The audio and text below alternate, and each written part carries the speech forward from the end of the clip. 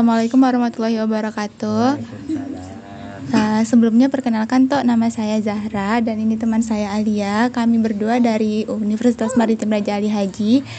Sebelumnya izin Tok, kami ingin mewawancarai Atok untuk tugas ilmu pengetahuan lingkungan. Sebelumnya izin bertanya, nama Atok siapa Tok? M. Sani. Oke, kita langsung ke pertanyaannya ya Tok. Nah, pertanyaan pertama, menurut Atok ada nggak sih budaya atau kearifan lokal yang masih bertahan sampai sekarang Tok? Sampai sekarang pun ada. Entah orang lain tak tahu. Kalau Tok Ua makai adat istiadat sama dekat Nombeng. Kuat adat istiadat. Apa itu Tok salah satunya? Orang kalau kita kahwin kan, kotak tu yang penting. Adat istiadat kita tu, kotak tu tidak perlu kita bermewah-mewah. Kotak tu yang kita penting. Nah, itu adat istiadat kita orang Melayu. Di mana-mana juga. Itulah adat istiadat kita yang paling besarnya kotak. Nah, kotak. Walaupun kecil macam mana, doa selamat, kotak masih ada. Nah, adat istiadat kita orang Melayu. Itu wajib ya Tok, harus ada. Itu adat-adat istiadat kita orang tua kita dulu. Nenek tok moyang kita memang sudah itulah menunjukkan. Nah, ada juga tu tepung tawa tu 3 orang tu ada syair dia. Bukan pula gitu-gitu aja. Tuk kat dai kat awak kan. Pinang berbuah, nangka berbuah, cempedak masak, terasa tawa. Meminang sudah awak, menikah pun sudah. Adat tersebut bertepung tawa. Bukan hanya tepung tawa, tuk kat daya awak, bukan. Itulah adat kita orang Melayu. Kalau nak 3 orang, kadang 7, 5, 3, 5, 7. Izin Tok, kita masuk ke pertanyaan selanjutnya Tok. Nah, berarti tadi dari yang udah Tok jelasin, pertanyaan selanjutnya itu gimana cara kita melaksanakan atau melakukan kearifan lokal itu di daerah di suasana kayak sekarang ini Tok. Kayak di keadaan modern seperti sekarang ini, gimana cara kita masih melakukan kearifan lokal itu, adat istiadat yang Atuk bilang tadi? Adat istiadat gitu itu dari Mak Andam. Kalau Mak Andam kadang-kadang tu Mak Andam sekarang tidak pakai. Kalau Mak Andam kita dulu pakai. Gantung-menggantung apa ni kan, doa selamat dulu. Baru bergantung-gantung. Kalau sekarang tidur lagi kata orang Mantang. Langsung pasang aja. Kalau orang kita pulau, semua ada. Nombeng, Mantang, termasuk juga di Daik. Jadi beberapa tuh ada yang nggak pakai juga Tok sekarang? Ada juga yang tak pakai. Berarti udah luntur, udah agak sedikit luntur lah. Sudah menurun. Tapi kalau tok tidak, kalau orang Pulau dengan tok ada istiadat tetap kita bawa. Dan juga kita bawa kotak tu nanti orang laki-laki bawa kotak aku nyendot gini. Apa tu dia sendot? Awak nanti kalau beranak tak tahu mungkin bakal nyunjung gini bawa anak kan? Ada maknanya berarti? Ada makna. Dalam kotak tu yang sebut tadi tu pinang, itulah anak raja. Raja tu kan bapak kita satu hari kan. Sebab kita kalau perantin di sana kita nak ambil dia orang kat sini kan. Ambil dia orang kita harus begini dulu dengan tuan raja sebab dia raja satu hari. Berarti kita harus kayak gini. Gini dulu dia pun ngikut juga. Dia kan raja satu hari aja kan. Lepas tu sudahlah. Tu raja satu hari. Kerana Tok Wu ni ibaratnya tokoh adat di sini. Jadi melegah kotak gitulah. Maaf cakap Ini bapak pengantin. Ini Tok bawa kotak. Bersila. Ini kepala dia ke sini. Menyambut ni, sambut. Saya membawa kotak, terimalah. Ini adat kita orang Melayu. Kaki kat kita sini, kepala di sini. Sebabnya kalau kita menyiram jenazah tentu dari belah kanan kepala. Ada maknanya semua. Semua ada makna. Kalau bukan wali awak, orang tak nak nyerah kan? Tak nak orang nyerah. Nah, yang ketahui ini tak lama lagi nak tunang kan? Berarti itu sama ya Tok, kayak kotak sirih yang dari persembahan itu? Sama. Beda? Kan ada nih, misalnya kalau kita nyambut tamu, kan ada penari yang bawa kotak. Itu sama tak tuh kotaknya Nah, Tok? itu orang tidak pakai adat. Sekarang orang sudah banyak berpantun. Oh iya, iya. Dalam pantun tu serah kotak. Pernah Tok lah kau lah pernah. Tidak macam kayak tadi kan. Tadi kan kita bersalam. Sekarang cuek. Tok lah banyak sini. Tapi Tok tak terganggu. Orang belum belajar. Kalau Tok ni memang belajar. Kalau untuk silat-silat pengantin itu termasuk adat juga tak? Ada juga. Kalau Itu paling sama macam tepuk tadi. 3 boleh, 5 boleh, 7 boleh. berarti nggak boleh 2 gitu. Tak boleh ganjil. Harus ganjil. Nah, Kenapa tuh harus ganjil? Ada tak alasannya? bersilat 2 orang tu ibaratnya jenazah. Awak tengok ni sana ada tak 2, 3 kan?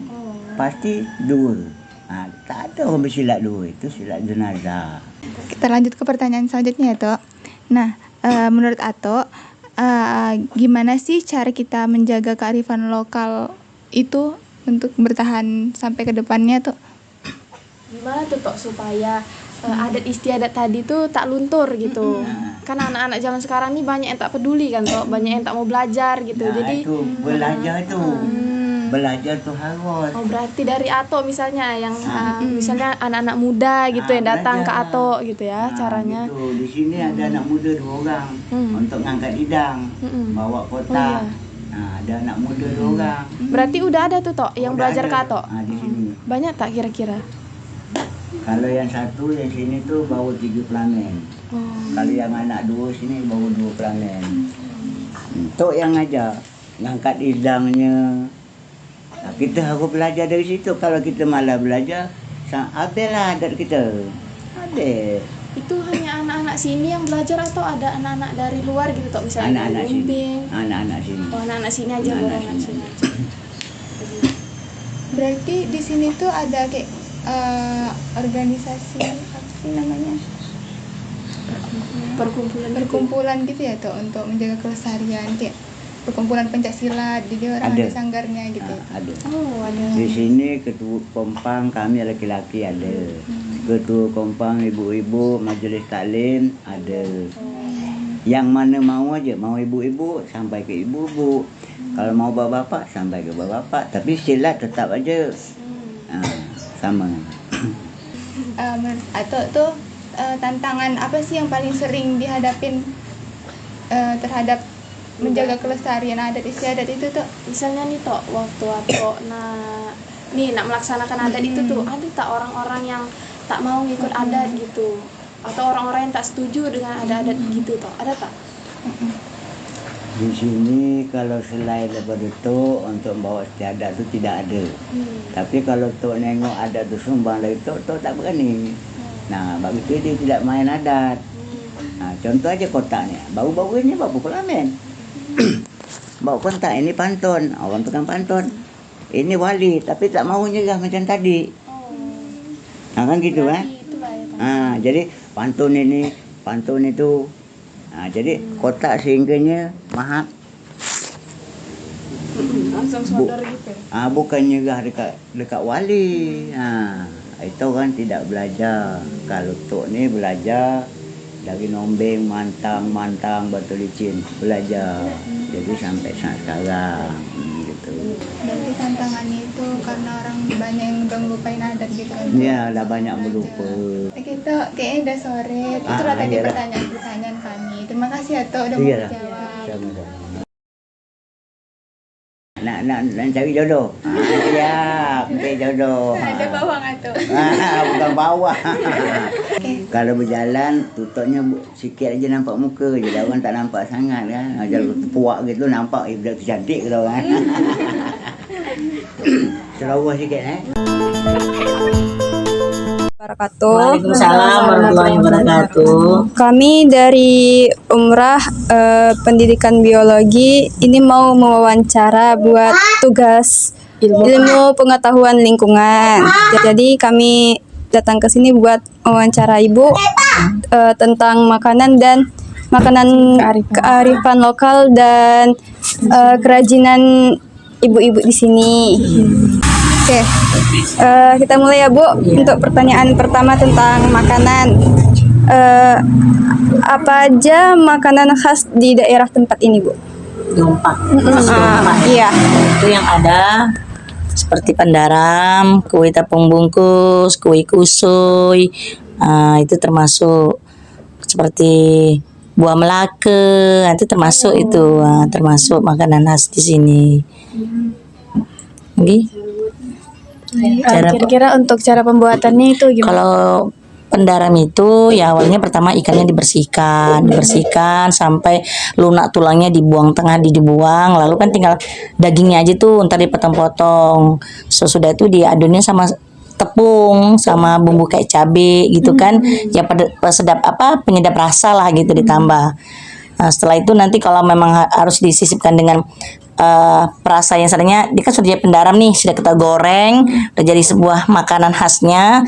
Lalu kita ada juga nih kadang-kadang cocok pakai sambal. Lah sambal itu seperti cabai kering di blender, bawang putih, bawang merah, udah dikasih asam dikit gitu.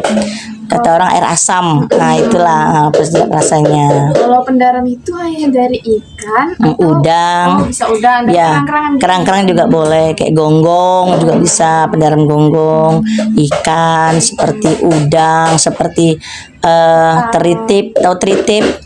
Nah, karena dia seperti teritip tuh. Ada teritip Yang kata orang. nempel-nempel di Ya, tiba-tiba tiang-tiang kayu-kayu tuh itu namanya teritip. Itu yang paling enak. Itu yang paling enak. Teritip, pendaram teritip. Yang membuat unik dari makanan ini apa pendaram? Iya, pendaram. Pendaram itu yang paling unik, yang rasanya mungkin khas Melayu dia. Sebabnya dia dari khas makanan ikan kan, kayak ikan gitu, kayak kerang-kerang gitu ya. Itu yang bikin enaknya. Biasanya tuh pakai ikan apa Bu? Biasanya kalau yang sering dibikin kita itu ikan tamban. Nah, ikan tamban diolah. Ikan tamban itu diolah. Kalau sekarang itu Bu, ada nggak yang udah jarang nih buat pendaram atau masih sering orang buat pendaram? Masih sering, masih dimakan orang setiap hari, bahkan ada penjualnya sehari-hari gitu kan. Masih sering dimakan orang, masih benar-benar dikagumi orang warga Dompak pendaram itu. Yang paling populer tuh ikan atau yang jenis kerang-kerangan gitu? Teritip. Oh, teritip. Pendaram teritip. Itu yang paling khas. Itu teritipnya nyari sendiri atau beli? Kadang-kadang kalau yang kita rajin kita cari sendiri. Kalau ada yang sedangnya ada yang mencari kita membeli. Ada yang jual nih kita beli. Gitu. Kalau cara mencarinya itu gimana tuh? Kita harus turun ke laut.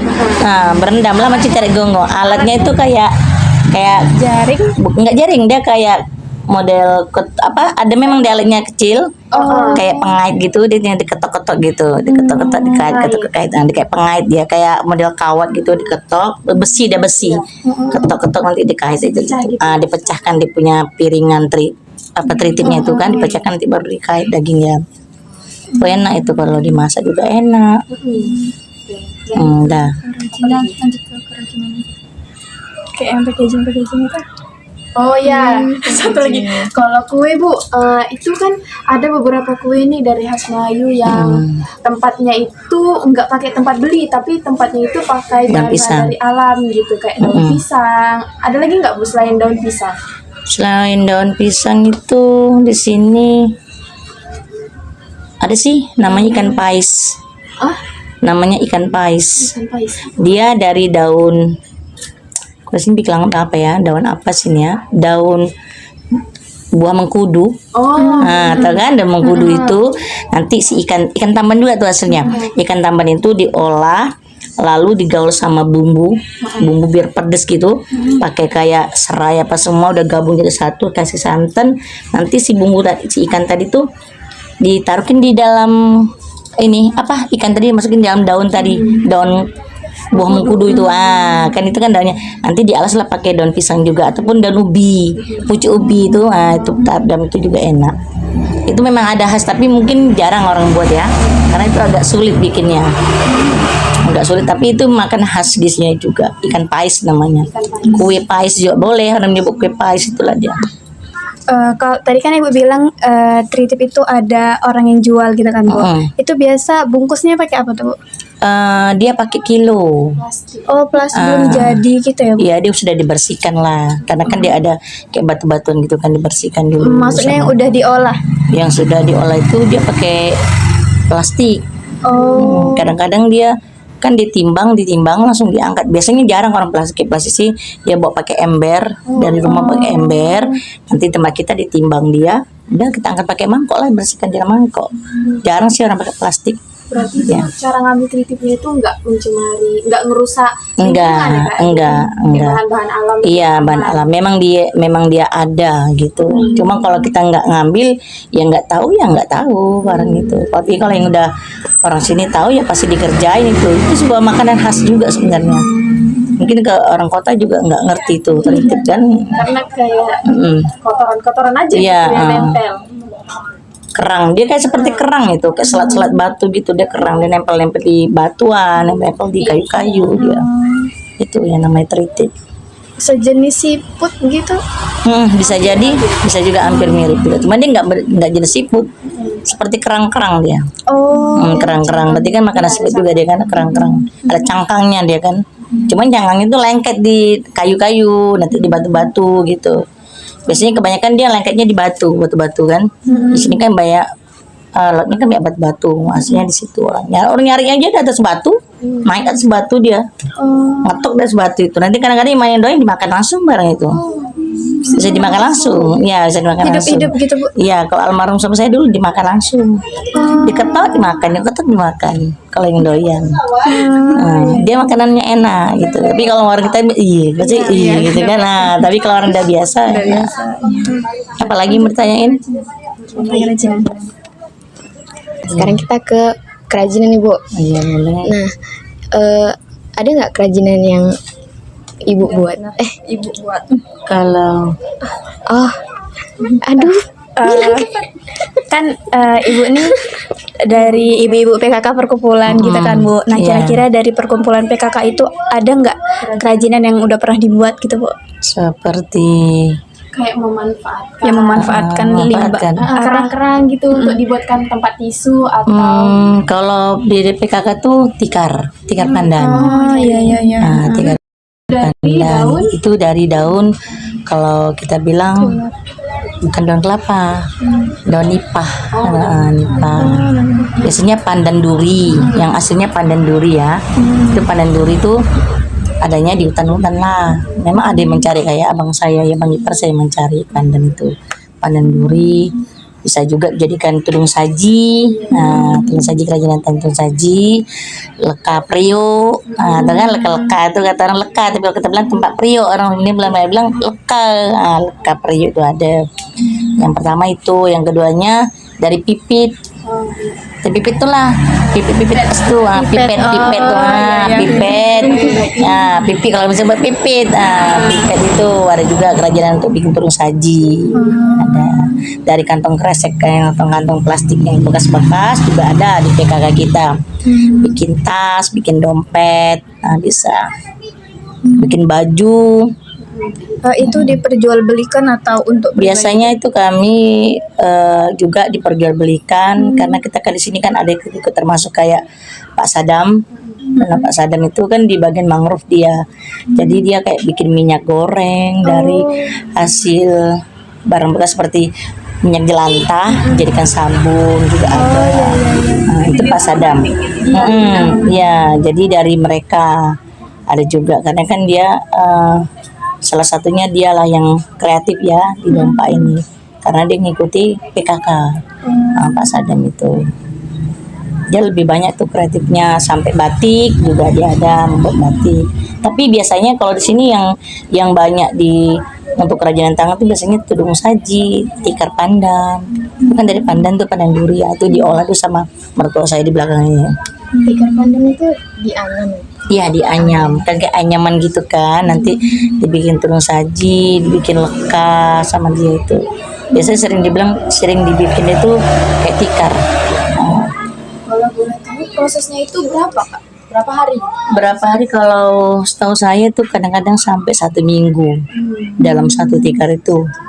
Kalau dia nganyam, dapat nganyam malam, dia enak malam nganyam itu. Padahal kalau kita tuh enak siang nampak kan. Kalau orang zaman dulu dia tidak suka nganyam siang, dia suka nganyam malam. Jadi si barang tadi ini kan yang pertamanya awal sekarang dapat dari hutan tuh kan disisipkan dulu durinya samping tuh dibuang. Dibuang tengahnya sampai habis. Nanti kan ada tuh dari pinggirannya tuh baru ini dia apa? Dari dapat yang mentah tadi ya, barang mentah itu nanti kan disalai dia dulu sampai layu, barang itu kan dilayu. Baru dikelar dia dijemur sampai kering, sampai dia kering. Udah. Tulang daunnya aja berarti. Dia punya tulang tengah tuh untuk lekat, di samping-sampingnya untuk tikar. Jadi dia ada 2 fungsi dalam satu pandan itu. Beberapa kerajinan, salah satunya itu kan memanfaatkan limbah plastik untuk dijadikan baju. Nah, menurut Ibu nih, dari penggunaan sampah plastik itu ada nggak manfaatnya bagi lingkungan? Entah lingkungannya menjadi bersih karena sampahnya udah dikurangi oleh ibu-ibu VKK atau gimana nih Bu? Banyak sekali sih sebenarnya untuk mengurangi itu apa?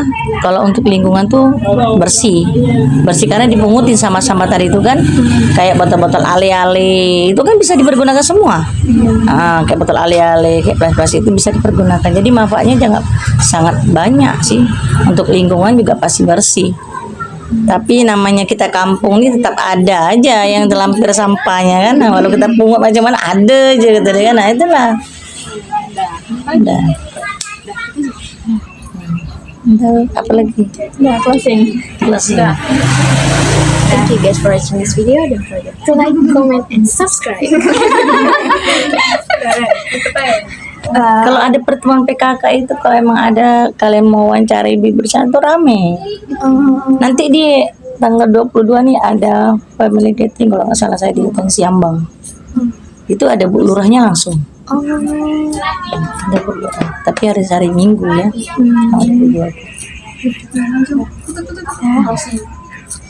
Closing. Apalagi nak tanya, cakap jangan tak cakap tapi nanti. Oke, mungkin itu aja yang mau kami tanyain ke Ibu. Ya. Makasih atas waktunya. Sama-sama. Akhir kata, wassalamualaikum warahmatullahi wabarakatuh. Waalaikumsalam warahmatullahi wabarakatuh.